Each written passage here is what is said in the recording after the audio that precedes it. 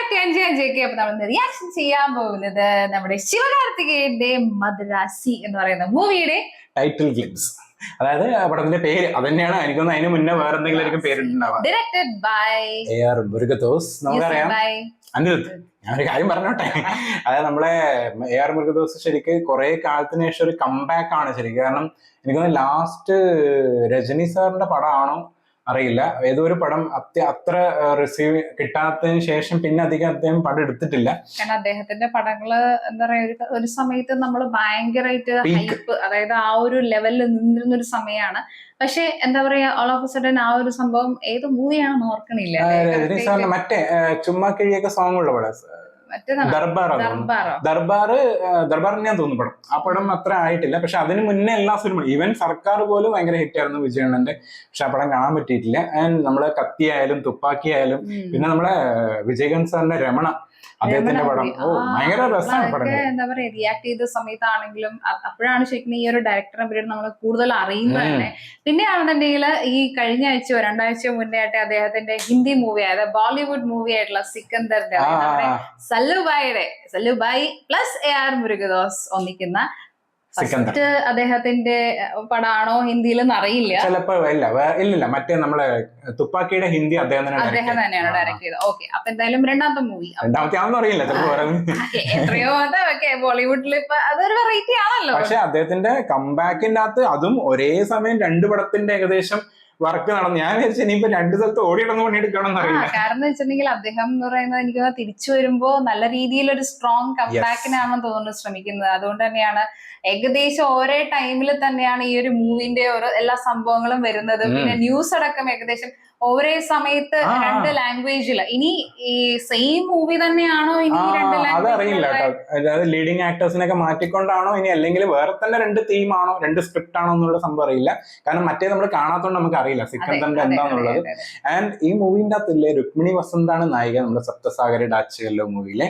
പിന്നെ അതുപോലെ തന്നെ വിദ്യുത് ജാംവാൽ, അതായത് എന്താ പറയാ നമ്മള് തുപ്പാക്കിയില്ല. കാരണം വിദ്യുത് ജാംവാൽ ഒരു വില്ലനായിട്ട് വരുന്ന സമയത്തും അല്ലെങ്കിൽ പ്രത്യേകിച്ച് സൗത്ത് ഇന്ത്യയിലൊക്കെ വരുന്ന സമയത്ത് ഭയങ്കരമായിട്ട് സ്കോർ ചെയ്യാൻ നോക്കുക. അതായത് ആ ഒരു ആക്ടറിന്റെ അതേ ലെവലിൽ നിന്ന് തന്നെ പെർഫോം ചെയ്യാൻ നോക്കുക. അത് അദ്ദേഹത്തിന്റെ പടങ്ങൾ നമ്മൾ കണ്ടിട്ടുണ്ടെങ്കിൽ മനസ്സിലാവും. ഇവൻ തുപ്പാക്കിയുടെ മറ്റേ ഹിന്ദിയില് പുള്ളി വരാത്തോണ്ടിട്ട് ആ ഒരു ഭയങ്കരമായിട്ട് നമ്മൾ ഫീൽ ചെയ്തായിരുന്നു. കാരണം വിജയണ്ണന്റെ കൂടെ അദ്ദേഹം നിൽക്കുന്ന സമയത്താണെന്നുണ്ടെങ്കിൽ ഭയങ്കര ഒരു കട്ടയ്ക്ക് നിൽക്കുന്ന ഒരു ഫീല്. ഈവൻ ഡയലോഗ്സ് കുറവാണെങ്കിൽ പോലും ആള് സ്ക്രീൻ ലുക്കിൽ ആ ഒരു സ്ക്രീൻ പ്രസൻസ് ഉണ്ടല്ലോ, അതില് നമുക്ക് പെർഫോമൻസ് ആ ഒരു വില്ലനായിട്ട് കറക്റ്റ്. പിന്നെ അതും ഉണ്ട് കേട്ടോ. AR മുരുകദോസ് പടത്തില് നായകനേക്കാൾ എപ്പോഴും സ്കോർ ചെയ്യുന്ന വില്ലന്മാരാണ്. നമ്മുടെ 7ാം അറിവിലും വില്ലൻ. അതെ, വില്ലനേക്കാളും നായകനെ വെല്ലുന്ന ലുക്കും ആയിരിക്കും. ഗജനിന്റെ അകത്തും മറ്റേ വില്ലൻ ഭയങ്കര നമ്മൾ നോട്ടീസ് ചെയ്തില്ല, ഭയങ്കര സ്ട്രോങ് ആയിട്ടായിരിക്കും കാണിക്കുന്നത്. അപ്പൊ അതുകൊണ്ട് തന്നെ വിദ്യുത് ജാംവാൽ നമ്മള് എനിക്കറിയില്ല ഇനിയിപ്പോ എന്താ നമ്മൾ ആ സമയത്ത് കേട്ടിട്ടുണ്ടായിരുന്നു ഹിന്ദിയിൽ അഭിനയിക്കുന്ന എന്തോ ഈഗോ ഇഷ്യൂസ് ഒക്കെ കൊണ്ടിട്ടാണെന്നൊക്കെ നമ്മൾ എവിടേക്കോ റീഡ് ചെയ്തത് ഞാൻ ഓർക്കുന്നുണ്ട്. കാരണം തുപ്പാക്കിയിൽ അത്രയും നന്നായിട്ട് നമ്മളെ ഇഷ്ടപ്പെടുത്തിയിട്ട് ചിലപ്പോ ഒരു റിപ്പീറ്റേഷൻ വേണ്ടാന്ന് വെച്ചിട്ടായിരിക്കാം. പക്ഷെ അതൊരു ബോളിവുഡിൽ പോകുന്ന സമയത്ത് ഇവൻ സെയിം ആളെ തന്നെ പ്ലേസ് ചെയ്യുന്ന അങ്ങനെ കുറെ അധികം മൂവീസ് ഉണ്ടല്ലോ. ഇവൻ ഗജനിലെ വില്ലൻ സെയിം തന്നെയാണ്. അപ്പൊ അതിന് നല്ലൊരു എഫക്ട് കിട്ടിയിട്ടുണ്ടായിരുന്നു. നിശ്ചയം അങ്ങോട്ടും കൂടെ ഒക്കെ മാറ്റിയിട്ടുണ്ട്. പക്ഷെ എന്നാലും എനിക്ക് തോന്നുന്നത് ഈ ഒരു മൂവിയില് ശിവകാർത്തികേയന്റെ ഏകദേശം ഒരു ഓപ്പോസിറ്റ് ആയിട്ടായിരിക്കാം വരാം. പക്ഷെ സാധ്യത കൂടുതൽ വേറൊരാൾ കൂടി ബിജു മേനോനും ഉണ്ട് പടത്തില്, നമ്മുടെ മലയാളത്തിൽ നിന്ന്. പിന്നെ ഷബീർ കല്ലറൊക്കെ നമ്മളെ കൊക്കയിലെ വില്ലൻ, ഇവരൊക്കെ വരുന്നുണ്ട്. അപ്പൊ അറിയില്ല എന്താന്നുള്ള സംഭവം. കുറെ അധികം എന്താ പറയാ ഏകദേശം ഒരു നല്ല സ്ട്രോങ് ആയിട്ട് ചെയ്യാൻ പറ്റിയ അല്ലെങ്കിൽ ആ ക്യാരക്ടറിനെ അവതരിപ്പിക്കാൻ പറ്റിയ ആക്ടേഴ്സ് ആണ് സെലക്ട് ചെയ്തിരിക്കുന്നത്. പിന്നെ നമുക്കറിയാലോ ശിവകാർത്തികേയൻ എന്തും പോകും. ശരിക്കും ശിവകാർത്തികേയന്റെ ഭയങ്കരമായിട്ട് മിസ് ചെയ്യുന്ന ഞാനൊരു പടം എപ്പോഴും പറയാണ്ട്, അമരൻ നമുക്ക് ചെയ്യാൻ പറ്റിയിട്ടില്ല.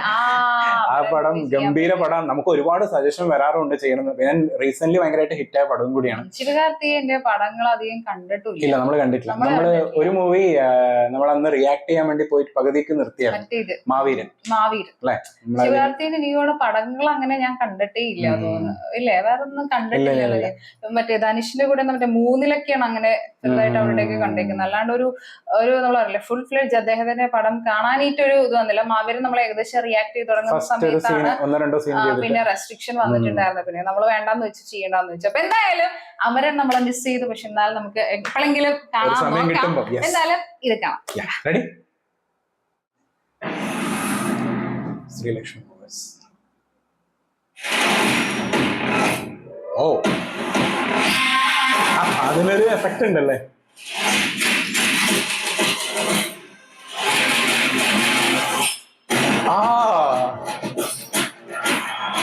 ആക്ഷൻ ഉണ്ടല്ലോ നല്ലോണം. ബിജുമേനു ഓ നല്ല ഓ അതെന്തത്?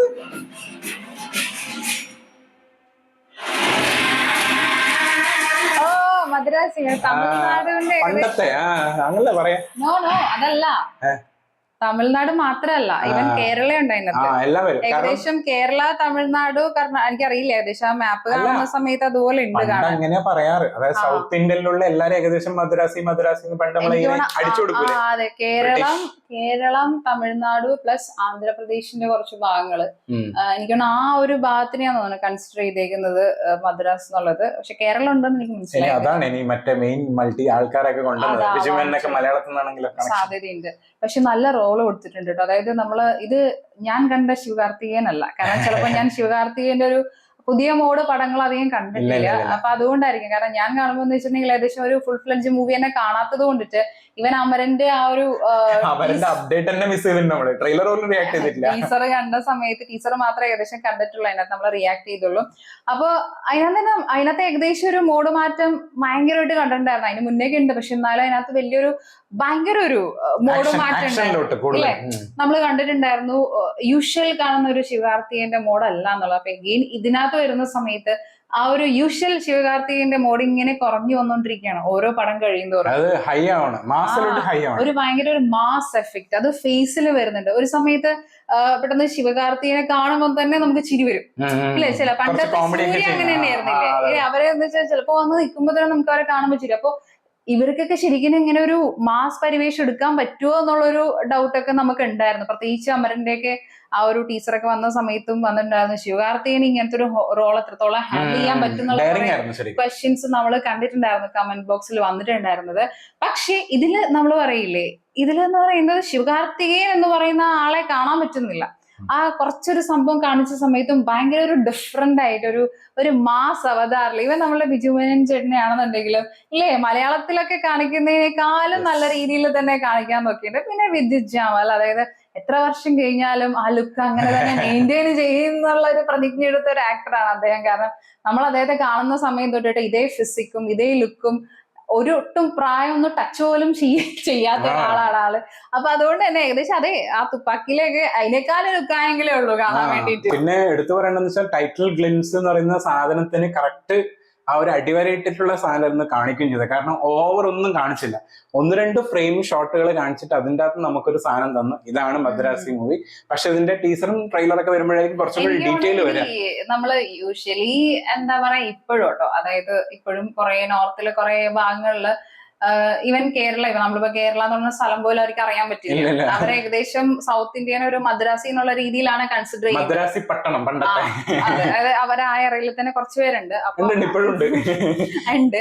അപ്പൊ അതുകൊണ്ടിട്ട് അത് ഞാൻ തന്നെ എക്സ്പീരിയൻസ് ചെയ്തിട്ടുണ്ട് പലതാണ്. നമ്മൾ നോർത്തിലെ കുറച്ചൊരു സ്ഥലത്ത് പോയി കഴിയുമ്പോ നമുക്ക് അങ്ങനെ പറയും ഓ അങ്ങനെ അവരിപ്പോഴും പറയും. നമ്മളൊക്കെ കേൾക്കുമ്പോ ഒരു ക്രിഞ്ചായിട്ട് തോന്നും എങ്ങനെയൊക്കെ പറയുമ്പോ ചില പടത്തിലൊക്കെ. പക്ഷെ അത് ക്രിഞ്ചല്ല, റിയൽ ലൈഫിൽ ഇപ്പോഴും ഉണ്ട് അവിടെ അങ്ങനത്തെ ആളുകൾ ഉണ്ട്, അവരെ വിശ്വസിക്കുന്ന അങ്ങനെ തന്നെയാണ്. അപ്പൊ ചിലപ്പോ ഇനി ആ ഒരു ഭാഗത്തെ ആൾക്കാരുടെ അല്ലെങ്കിൽ മദ്രാസി ആ ഒരു സംഭവങ്ങളൊക്കെ തന്നെയാണോ പറയാൻ പോകുന്നത്, ഇനി ആ ഒരു ഭാഗത്തെ ആൾക്കാരുടെ കഥയാണോ പറയാൻ പോകുന്നത്, എന്താ സംഭവം എന്നറിയില്ല. പക്ഷെ എന്തോ സംഭവം വരാൻ പോകുന്നുണ്ട്. അതാണ് AR മുരുകദോസ് പടായതുകൊണ്ട് തന്നെ സോഷ്യൽ റിലവന്റ് ഷുവർ ആയിട്ടും കുറെ പൊളിറ്റിക്സ് കാര്യങ്ങളൊക്കെ പറയും. പേരിന്റെ സിമിലാരിറ്റി ആയതുകൊണ്ടാണ് ഒരു ഡൗട്ട്. സിക്കന്ദർ അവിടെ എന്ന് വെച്ചാൽ ഏകദേശം മറ്റേ സിക്കന്ദർ ഒരു പഞ്ചാബ്. അതെ അതെ അതെ അതെ അതെ അതിന്റെ അകത്ത് സല്ലുബായ് എനിക്കൊന്ന് പഞ്ചാബി ലുക്കിലാണെന്ന് വരുന്നു ആയിരിക്കില്ലേ, അദ്ദേഹം നല്ലോണം സ്യൂട്ടും ചെയ്യാറുണ്ട്. അപ്പൊ അതുകൊണ്ട് ഇനി അതാണ് ചെറിയൊരു ഡൗട്ട് വന്നത്. ഇനി രണ്ടും ഏകദേശം ആളാണോ ജസ്റ്റ് ആക്ടേഴ്സ് മാത്രം വ്യത്യാസമാണോ? ബിക്കോസ് ഏകദേശം ഒരു സൈമൾട്ടേനിയസ്ലി അങ്ങനെ ഡയറക്ടേഴ്സ് ചെയ്യാറുണ്ട്. പക്ഷെ ഏറ്റവും വലിയ കോമഡി എന്ന് വെച്ചാൽ ഈ പടവും പാൻ ഇന്ത്യൻ ആണ്, ഇതും പാൻ ഇന്ത്യൻ ആയിട്ട് ഇറക്കുന്നുണ്ട്, ഹിന്ദിയിലൊക്കെ ഇറക്കുന്നുണ്ട് ഇല്ലേ. അതായത് ഇപ്പൊ ഒരു പടത്തിന് തന്നെ സൈമൾട്ടേനിയസ് ആയിട്ട് പല ലാംഗ്വേജിൽ ചെയ്യാറുണ്ട്. പക്ഷെ ഒരേ സമയം 2 പടങ്ങള് ഡയറക്ടേഴ്സ് ചെയ്യാറുണ്ടോ? ഇല്ല, ചില സമയത്ത് ഈ ഇതുപോലെ നമ്മള് നേര് പോലത്തെ പടമൊക്കെ നമ്മൾ മലയാളത്തിൽ നിന്ന് നേരല്ല നേരം നേരം പടം, പിന്നെ അങ്ങനെയുള്ള പടങ്ങളൊക്കെ ചെറിയ ആക്ടേഴ്സിനെ മാറ്റിക്കൊണ്ട്, മെയിൻ ആക്ടേഴ്സിനെ മാറ്റാണ്ട് ചെറിയ ആൾക്കാരെ മാറ്റിക്കൊണ്ട് ചെയ്തിട്ടുണ്ട്. പക്ഷെ ഇതെന്ന് പറയുന്ന ഏകദേശം വലിയ 2 പടങ്ങളാണ്. അതാ സംഭവം. മറ്റേ പടത്തിന്റെ എത്ര ഹൈ ഉണ്ടെന്ന് എനിക്ക് അറിയില്ല. അല്ലെങ്കിൽ അതൊരു ചലഞ്ച് പോലെ ചെയ്യുന്നതായിരിക്കും ഡയറക്ടർ. കാരണം വെച്ചാൽ നല്ലൊരു തിരിച്ചുവരവിന് വേണ്ടി തന്നെ, അതായത് തിരിച്ചു വരുമ്പോൾ ജസ്റ്റ് സൗത്ത് ഇന്ത്യയിൽ മാത്രമല്ല പാൻ അല്ല, അദ്ദേഹത്തിന് എനിക്ക് തോന്നുന്നത് എന്താ പറയാ, നോർത്തിലും ഫാൻസ് ഉണ്ട് ഡയറക്ടർ എന്നുള്ള രീതിയിലും. കാരണം അദ്ദേഹത്തിന്റെ പടം നോർത്തിലും ഹിറ്റ് ആണല്ലോ. ഈവൻ ഗജനി അദ്ദേഹം തന്നെയാണ് ഡയറക്ട് ചെയ്തത്. ഗജനി അദ്ദേഹം തന്നെ ഹിന്ദിയിലും ഡയറക്ട് ചെയ്തത്. അപ്പൊ ആൾക്ക് ഓൾറെഡി ഗജനിയിലും പിന്നെ മറ്റേ സോൾജർ ഓൺ ഡ്യൂട്ടി ആ മൂവിക്കൊക്കെ ഓൾറെഡി ഫാൻസ് ഉണ്ട്. അപ്പൊ ചിലപ്പോ അവിടെയും വേണമെന്നായിരിക്കും. അതായിരിക്കും നമ്മളെ അറ്റ്ലി ഇപ്പൊ റീസെന്റ് അല്ല, പക്ഷെ ഇദ്ദേഹം ഓൾറെഡി മുന്നേ കഴിവ് തെളിയിച്ച ആളാണ്. അപ്പൊ എന്തായാലും സംഭവം ഒരു രക്ഷയില്ല. അതായത് ഒരു ടൈറ്റിൽ ഗ്ലിംസ് ആണ് വന്നതെന്നുണ്ടെങ്കിലും ആ ഒരു എഫക്ട് തരുന്നേ, അല്ലെങ്കിൽ എന്താ പറയുക, ഒരു യൂഷ്വൽ പാറ്റേണിൽ നിന്ന് ഇവരുടെയൊക്കെ പടങ്ങൾ ഒന്ന് മാറിയിട്ട്, പിന്നെ അഗെയിൻ വിദ്യുത് ജാമൽ എന്ന് പറയുന്ന ആക്ടറിന്റെ ഒരു ചെറിയൊരു കംബാക്ക് അതിന് മുന്നേ ഒരു സമയത്ത് ഉണ്ടായിരുന്നു സൗത്തിൽ. പക്ഷെ അഗെയിൻ അതിനുശേഷം എനിക്ക് തോന്നുന്നു പിന്നെ കുറച്ചൊരു മെയിൻ റോളൊക്കെ ഹിന്ദിയിലായിരുന്നു കുറച്ച് ചെയ്തിട്ടുണ്ടായിരുന്നത്. അപ്പൊ എന്തായാലും ഒരു നൈസ് കോമ്പിനേഷൻ ആണ് വരുന്നത്. നിങ്ങളുടെ ഒപ്പീനിയൻ എന്താണെന്നുള്ള കമന്റ് ബോക്സിൽ മെൻഷൻ ചെയ്യാം. അടുത്ത വീഡിയോയിൽ കാണാം.